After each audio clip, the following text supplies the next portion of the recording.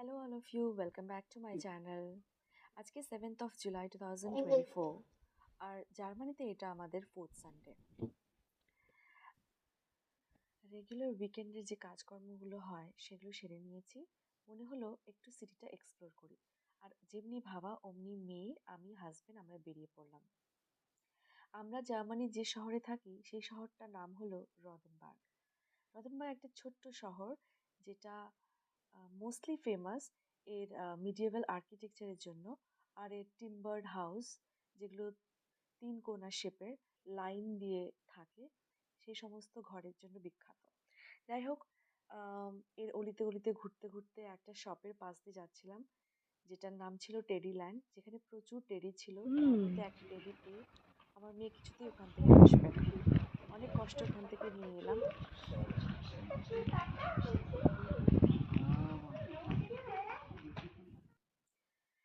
রদেনবার্গ যেহেতু একটা tourist place, তাই পুরো শহরটা জুড়ে এরকম ছোট ছোট জলকলের ব্যবস্থা করা আছে।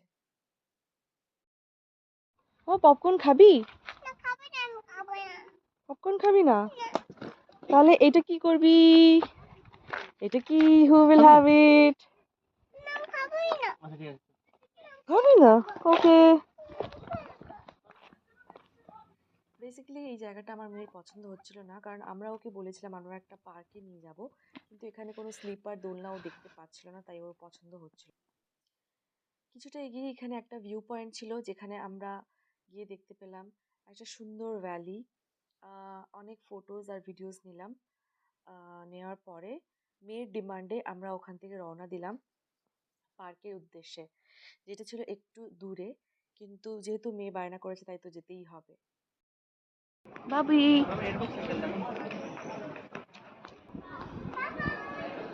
এখানে প্রচুর কোয়েরিজ, কিছু পায়রা দেখে নেয় এবং বারবার কোয়েশ্চেন করতে থাকে পায়রা কেন উঠতে পারে আর ও কেন উঠতে পারে না।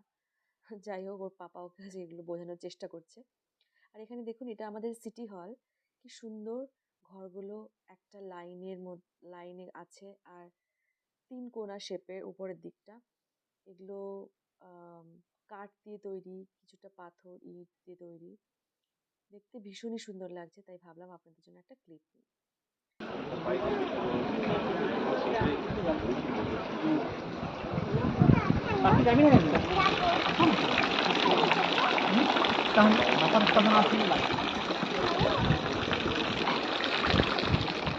মামা আমাদেরকে নিয়ে যাবে? আমি তো জানি না কোন দিকে, পার্কের রাস্তাটা কোন দিকে।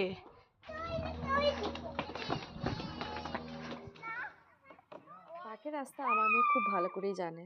যাই হোক, ও ভীষণ মজা করলো। তারপর কিছুতেই আসতে চাইছিল না, ওকে ফাইনালি আইসক্রিমের লোভ দেখিয়ে ওখান থেকে আনা গেল। দেখা হবে নেক্সট একটি ব্লগে। এখনকার জন্য বাই।